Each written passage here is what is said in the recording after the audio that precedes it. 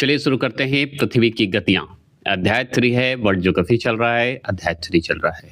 तो चलिए शुरू करते हैं। नीचे दिए गए कथनों पर विचार कीजिए। तो नीचे दिए कथनों पर विचार कीजिए। उपरोक्त में से कथन सत्य है। कौन सा सत्य है यही तो पूछ रहा है आपसे। तो पहला देखिए कि पृथ्वी का अपने अक्ष पर घूमना घूर्णन कहलाता है। क्या ये बात सत्य है? बताइए। तो ये बात तो सत्य है, क्योंकि भाई अपने अक्ष पर ही पृथ्वी का घूमना घूर्णन ही कहलाएगा और दूसरे की ओर चलना परिक्रमण कहलाएगा। दूसरे का गोल घूमिएगा तो जैसे पृथ्वी की सूर्य के चारों ओर एक स्थिर कक्षा में गति को परिक्रमण करना या परिक्रमण कहलाता है। मतलब स्थिर कक्षा में गति को क्या कहेंगे? परिक्रमण कहेंगे। तो दूसरे के लिए कर रहा है ना, सूर्य के चारों ओर कर रहा है, तो ये भी बात सही है। घूर्णन वही होगा, अपने अक्ष पे घूमते रहेगा। तो दोनों हो गया, एक से दोनों, है ना, एक और दो। अब इसके बारे में हम जानकारी लेते हैं, ज़्यादा टाइम नहीं लेंगे। पृथ्वी अपने अक्ष पर नियंत्रण घूमते रहती है, से मतलब लगातार कहिए, ठीक है, नियंत्रित रूप से घूमते रहती है और लगभग 24 घंटे में एक चक्कर पूरा करती है। तो हमारा पृथ्वी क्या करती है? 24 घंटे में एक चक्कर पूरा करती है ना। इसे ही अक्षीय घूर्णन कहते हैं, मतलब रोटेशन कहते हैं, एक्सेस रोटेशन कहते हैं। अपने अक्ष पे घूमती है, इसलिए अपने अक्ष पे घूमेगी तभी तो 24 घंटे में पूरा करता है चक्कर। अब सूर्य का चक्कर लगाएगा तो ज़्यादा लग जाएगा, 365 दिन लग जाता है। सुनिए, सूर्य के चारों ओर एक स्थिर कक्षा में पृथ्वी की गति को परिक्रमण कहते हैं, मतलब रेवोल्यूशन कहते हैं। रोटेशन कहते हैं जो कि अपने अक्ष पे ही घूमेगा, जो कि 24 में करना है, 24 आवर में। और रेवोल्यूशन मतलब परिक्रमण करेगा, जो कि सूर्य के चारों ओर करेगा। पृथ्वी को सूर्य की एक परिक्रमा पूरा करने में, मतलब परिक्रमण करने में 365 दिन 6 घंटे लगते हैं। कितना दिन? 365 दिन। तो ऐसे याद रखते हैं, 6 घंटे एक्स्ट्रा लगते हैं। तो 365 दिन 6 घंटे। दूसरा प्रश्न है, प्रायदीप्त वृत्त जो है किसे कहते हैं? Circle of illumination. क्या बोलते हैं? इल्यूमिनेशन। तो प्रायदीप्त वृत्त किसे कहते हैं? तो उससे किसे कहेंगे? ऑप्शन नंबर सी, ग्लोब पर वह वृत्त जो दिन व रात को विभाजित करता है, जो दिन और रात को, डे एंड नाइट को विभाजित करता हो, अलग करता हो, ग्लोब पर, है ना, उसी को कहा जाता है। बस इतना पढ़ लीजिए कि ग्लोब पर वह वृत्त जो दिन और रात को विभाजित करता है उसे प्रायदीप्तीय वृत्त कहते हैं। तीसरा प्रश्न क्या है कि निम्नलिखित में से कौन सा ऋतुओं में परिवर्तन का कारण है? तो ऋतुओं में परिवर्तन का कारण कहलाता है ऑप्शन नंबर ए, सूर्य के चारों ओर पृथ्वी की स्थिति में परिवर्तन होना। तो सूर्य के चारों ओर पृथ्वी की स्थिति में अगर परिवर्तन हो गया तो समझिए क्या ऋतु परिवर्तन में है, ऋतु परिवर्तन का कारण है। जानते हैं सामान्यतः एक वर्ष की अवधि को ग्रीष्म तथा शीत में बांटा जाता है। तो ग्रीष्म और शीत में, गर्मी और ठंडा में बांटा जाता है। ऋतुओं में परिवर्तन का मुख्य कारण है पृथ्वी का 23.5 डिग्री, है ना, 23.5 डिग्री झुका होना। इसके कारण ही ऋतु परिवर्तन होता है। तो अगर आपसे पूछ दे सवाल तो आप भूलेंगे नहीं अब से। पृथ्वी कितना झुका हुआ है? तो 23.5 डिग्री झुका हुआ है। इसलिए क्या होता है? मौसम परिवर्तन होता है, ऋतु परिवर्तन होता है। तथा पृथ्वी की सूर्य के सापेक्षिक, पृथ्वी जो है, पृथ्वी का जो देख रहे हैं, सूर्य की सापेक्षिक स्थितियों में परिवर्तन है, मतलब सापेक्षिक स्थिति में परिवर्तन होता है, इसलिए ऐसा भी होता है। ये भी याद आपको रखना चाहिए। चौथा प्रश्न क्या है सुनेंगे। किस तिथि को रात और दिन बराबर होता है? डे एंड नाइट या नाइट एंड डे बराबर होता है? तो वो होता है हमारा 21 मार्च का नाम सुने हुए, जो कि यहाँ पे है ही नहीं, है ना। और एक और होता है जो कि 23 सितंबर। तो दो ही तो होता है। 21 मार्च को आपका दिन और रात बराबर होता है और फिर एक आपका सितंबर में होता है 23 सितंबर को, जो कि यहाँ पे था। अब सुनिए, 21 मार्च को सूर्य उत्तरी गोलार्ध में तथा 23 सितंबर को दक्षिणी गोलार्ध में प्रवेश करते समय विषुवत रेखा पर लंबवत चमकता है। तो जैसे ही 21 मार्च की बात करेंगे तो 21 मार्च में याद रखिएगा सूर्य कहाँ जाएगा? उत्तरी गोलार्ध में। और अगर 23 सितंबर की बात करेंगे तो याद रखिए, अरे साउथ तरफ जाएगा, दक्षिणी गोलार्ध में। और उसी में जैसे ही प्रवेश करता है, विषुवत रेखा पर जब लंबवत चमकता है, उसी को दिन रात उसी दिन बराबर होता है। इन दोनों तिथियों को दोनों गोलार्ध में, मतलब उत्तरी गोलार्ध में और दक्षिणी गोलार्ध में 12-12 घंटे के दिन एवं रात होते हैं। समझ गए? 12-12 घंटे का होता है दिन और रात। इन तिथियों को विषुव कहा जाता है, मतलब विषुवत रेखा पे तो विषुव कहा जाता है। 5वें प्रश्न की बात करें तो पूरे वर्ष भर रात और दिन किस स्थान पर बराबर होता है, मतलब किस स्थान पर बराबर होगा? तो हम बहुत अच्छे से जानते हैं विषुवत रेखा पर होगा। विषुवत रेखा तो ऑप्शन में है नहीं, तो क्या आंसर होगा? तो भूमध्य रेखा तो होगा। भूमध्य रेखा कहिए या विषुवत रेखा कहिए, तो इसी जगह पे तो दिन और रात बराबर होते हैं, इसी जगह तो लंबवत पड़ता है। आप फिर से जानकारी लेते हैं, जो कि हम ऊपर पढ़े हैं उसी को नीचे पढ़ना है, बस थोड़ा-सा चेंज है। सुन लीजिए, भूमध्य रेखा कहिए या विषुवत रेखा कहिए, एक ही है। 5 मुख्य अक्षांश रेखाओं में से एक है, ये हम जानते हैं, जो सभी देशांतरों के अतिरिक्त एक बृहत वृत्त है। कौन? भूमध्य रेखा। बृहत है, बड़ा है भाई। वर्ष भर सूर्य की किरणें लंबवत पड़ने के कारण यहाँ जो है वार्षिक तापांतर सबसे कम पाया जाता है। इसके आसपास के क्षेत्रों में वर्ष भर रात और दिन की अवधि बराबर है। इसी वर्ष रात और दिन इसी के कारण जो है दिन और रात बराबर है, मतलब 12-12 घंटे का समय होता है। इसलिए यहाँ शीत ऋतु का अभाव पाया जाता है। कहाँ शीत ऋतु का अभाव पाया जाएगा? विषुवत रेखा पर पाया जाता है। जबकि भूमध्य रेखा से उत्तर या दक्षिण, मतलब ऊपर जाइए या नीचे जाइए भूमध्य रेखा से या विषुवत रेखा को कहिए, दिन एवं रात की अवधि मौसम के अनुरूप परिवर्तित होते रहती है। तो मौसम के अनुरूप ही तो परिवर्तित होता है ना? छठा प्रश्न क्या है? उत्तरी गोलार्ध में वर्ष का सबसे छोटा दिन होता है। तो उत्तरी गोलार्ध में अगर वर्ष का सबसे छोटा दिन पूछे तो वो बताइएगा 22 दिसंबर बताइएगा। क्या बताइएगा? 22 दिसंबर बताइएगा।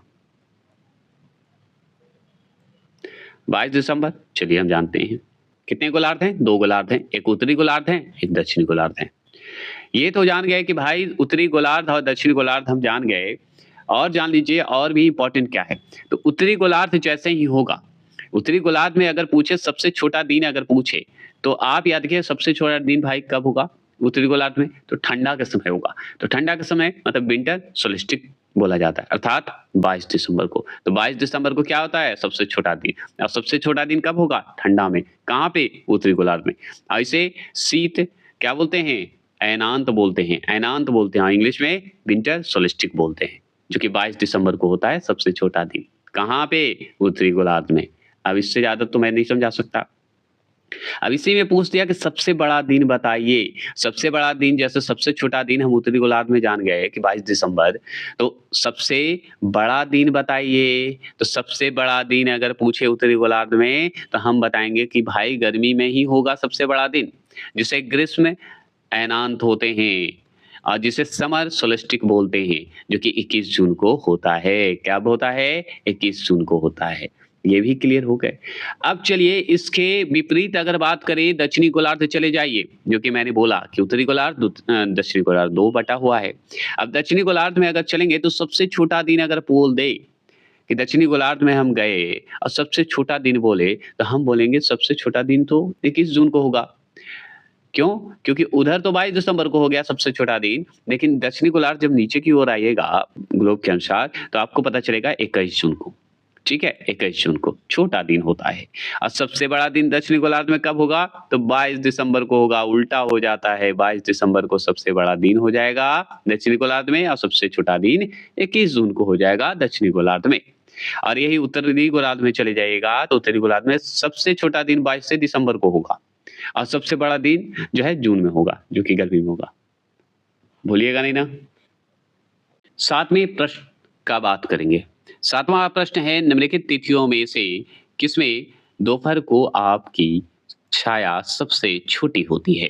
तो निम्नलिखित तिथियों में से कौन सा ऐसा तिथि है जिस समय दोपहर में आप कहीं खड़े रहते हैं धूप में, उस समय आपकी परछाई छाया जो है सबसे छोटी होती है? तो वो होता है 21 जून को ही तो होता है सबसे छोटा, है ना? कैसे? अब चलिए बता देते हैं, ज्यादा डिटेल हम नहीं देंगे, यही देगा।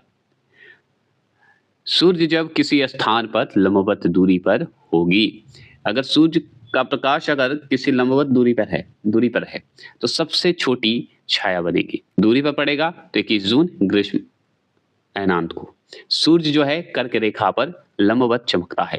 तो यही बात ध्यान रखना होगा कि आपका 21 जून में जो ग्रीष्म का समय आप देखते हैं, गर्मी का समय कहते हैं, जिसे समर सोल्स्टिस बोलते हैं। 21 जून को क्या होता है कि सूर्य जो है कर्क रेखा पर लंबवत चमकता है, मतलब लंबवत कर्क रेखा पर पड़ेगा। ठीक है। परिणाम स्वरूप अगर बात करें तो कर्क रेखा पर दोपहर की सबसे छोटी छाया 21 जून को होगी। तो कर्क रेखा पर सबसे छोटी अगर पूछे तो 21 जून याद रखिएगा, सबसे छोटी। अब बड़ा बताइए, अभी जस्ट पढ़ें, कमेंट कर सकते हैं आप उसका। 9वां प्रश्न क्या है कि पृथ्वी की भूपर पट्टी व मेंटल के बीच की सीमा कहलाती क्या है? बताइए, कहलाती क्या है? तो वो कहलाएगी ऑप्शन नंबर ए मोह। आपका क्या होगा? ए आंसर होगा मोह असंबद्धता। अब मोह असंबद्धता के बारे में चलिए जानते हैं क्या है ये। और ये खुद दे रहा है, अब बांटा हुआ है, 5 रूप में बांटा हुआ है। कैसे बांटा हुआ है हम चलिए जानते हैं।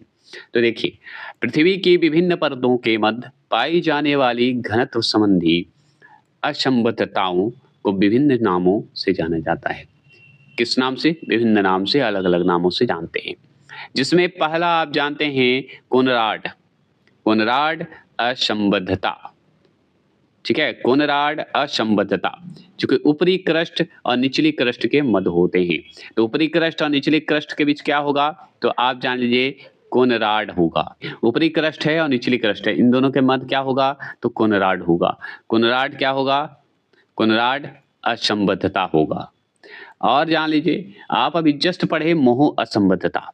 मोह असंबद्धता जो है भूमध्य पट्टी के निचले क्रस्ट और ऊपरी मेंटल के मध्य होगा। तो निचली क्रस्ट और ऊपरी मेंटल के मध्य कौन सा है? तो मोह है। बस मोह याद रखिएगा, ठीक है। असंबद्धता सब में लग जाएगा। रेपिटी, रेपिटी बताइए, रेपिटी किसके है? तो ऊपरी मेंटल और निचली मेंटल के मध्य होगा। तो ऊपरी मेंटल और निचली मेंटल के बीच में कौन है मध्य में? तो रेपिटी। गुटेनबर्ग बहुत इंपॉर्टेंट। चौथा है गुटेनबर्ग। गुटेनबर्ग क्या है कि निचली मेंटल और बाह्यकोर, बाह्यकोर और निचली मेंटल के मध्य कौन सा है असंबद्धता? तो है वो गुटेनबर्ग है। 5वां देखिए लेहमैन। लेहमैन की अगर बात करें तो लेहमैन है बाह्यकोर और क्या है? आंतरिक कोर। बाह्यकोर और आंतरिक कोर के मध्य है। तो लेहमैन जो है बाह्यकोर और आंतरिक कोर के मध्य माना जाता है। 9वां प्रश्न क्या है? 9वां प्रश्न है कि पृथ्वी के क्रस्ट में सर्वाधिक मात्रा में पाई जाने वाली धातु। तो सर्वाधिक मात्रा में पाई जाने वाली धातु कहलाता है एल्युमिनियम। क्या कहलाता है? एल्युमिनियम कहलाता है। अब एल्युमिनियम कहलाता है तो हम चलिए जानते हैं। तो पृथ्वी के क्रस्ट में सर्वाधिक मात्रा में पाई जाने वाली धातु एल्युमिनियम, ए आई कहिए। जबकि पृथ्वी के भूपर पट्टी मतलब क्रस्ट में सर्वाधिक मात्रा में पाई जाने वाली तत्व एलिमेंट जो है ऑक्सीजन, जो कि 46.6% है। सिलिकॉन 28% है। एल्युमिनियम 8.1% है। समझ गए? नहीं समझे तो फिर से सुन लीजिए। पृथ्वी के क्रस्ट में सर्वाधिक मात्रा में पाई जाने वाली धातु अगर पूछे, मेटल पूछे तो एल्युमिनियम लगा दीजिएगा। जबकि पृथ्वी के भूपर पट्टी पर अगर पूछे, भूपर पट्टी जो होता है क्रस्ट ही बोला जाता है भूपर पट्टी को, में सर्वाधिक मात्रा में पाए जाने वाला तत्व पूछे, एलिमेंट पूछे, देखिए धातु पूछा तो एल्युमिनियम, ठीक है। अगर तत्व पूछेगा, एलिमेंट पूछेगा तो हम ऑक्सीजन, ऑक्सीजन कितना है? तो 46.6% है। सिलिकॉन कितना है? 28% है। एल्युमिनियम कितना है? तो 8.1% है। 10वां चलिए, 10वां प्रश्न क्या है सुनिए। 10वां प्रश्न है कि पृथ्वी के धरातल से केंद्र की ओर निम्नलिखित का सही क्रम होगा। तो पृथ्वी के धरातल से केंद्र की ओर निम्नलिखित का सही क्रम होगा। तो सही क्रम आपको बताना है। तो सही क्रम यही होगा कि धरातल से केंद्र की ओर जाना है। तो केंद्र की ओर जाना है तो सबसे पहले आपको ध्यान रखना होगा कि जो है दूसरा नंबर आगे पहले होगा, सियाल होगा। सियाल हो गया, फिर उसके बाद 1 नंबर सीमा होगा। क्या होगा? सीमा। फिर उसके बाद नीफे होगा। तो यही तो बी नंबर सही है। अब बी नंबर सही है तो चलिए जानकारी लेते हैं। पृथ्वी के विभिन्न परतों में पृथ्वी के विभिन्न परतों में अलग अलग तत्वों की प्रधानता होती है, जिसके कारण इन परतों को अलग अलग नामों से जाना जाता है। जैसे पृथ्वी की क्रस्ट में सिलिकन, जो सिलिकन है, एसआई है, एल्युमिनियम, एआई है, की प्रधानता के कारण उसे कहा जाता है सियाल कहा जाता है। ठीक है, सियाल कहा जाता है। क्यों कहा जाता है भाई पृथ्वी के क्रस्ट में? तो सिलिकॉन और एल्युमिनियम के कारण इसे क्या कहा जाता है? सियाल कहा जाता है। सियाल कहा जाता है क्योंकि आपका यहाँ पे दिख रहा होगा एसआई एआई, तो हो गया ना सियाल, सिलिकॉन और एल्युमिनियम। ऐसे भी याद कर सकते हैं तरीके से।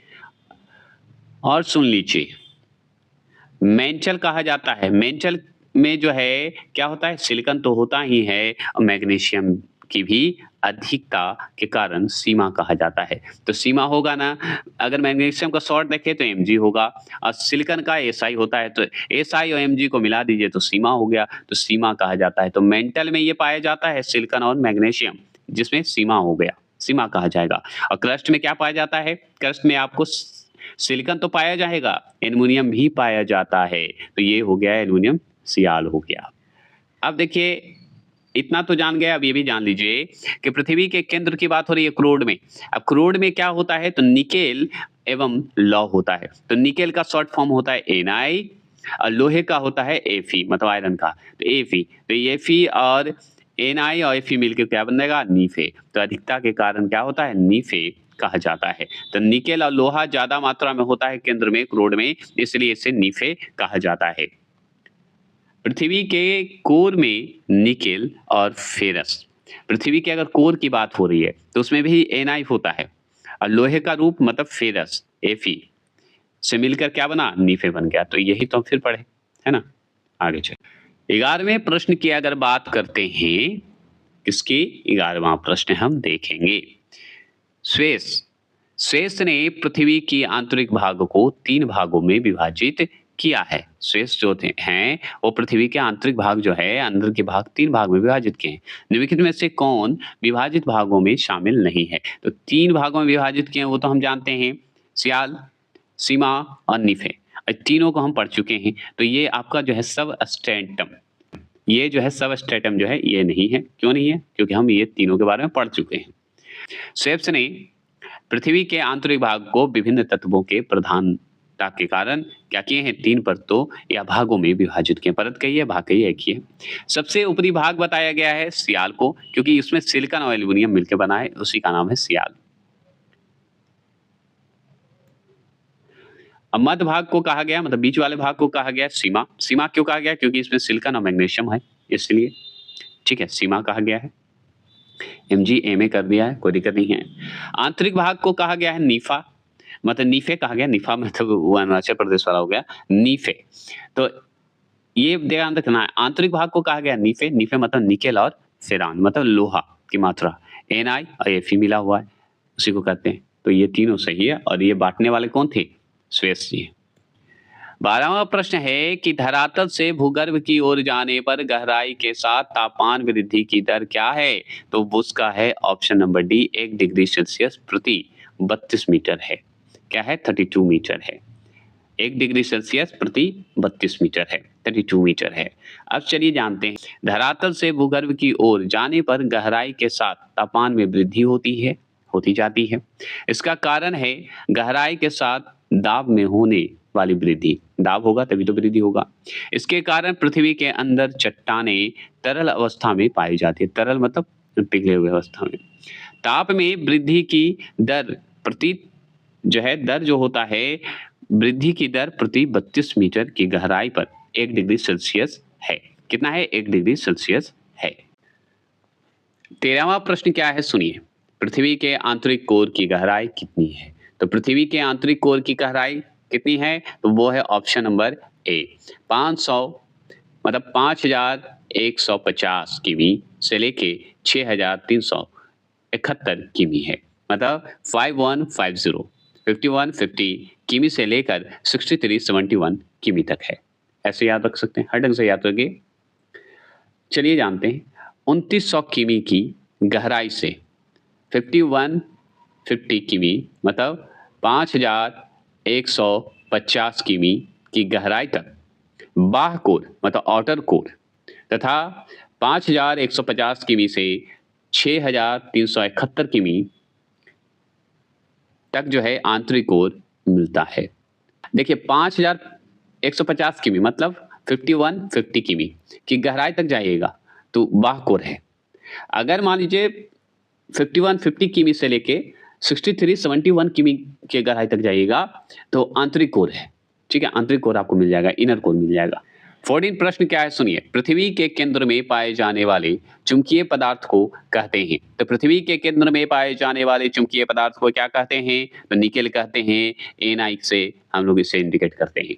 अब निकेल कहते हैं ये तो हम जान गए, और भी जान लीजिए, इसका जानकारी लीजिए। तो पृथ्वी के केंद्र में पाए जाने वाले मतलब पाए जाने वाला चुंबकीय पदार्थ जो है नीफे। नीफे है मतलब निकेल की मात्रा तो है ही, इसमें लोहे की भी मात्रा है, Fe की मात्रा है। तो Na Fe निकेल हुआ, नीफे हो गया।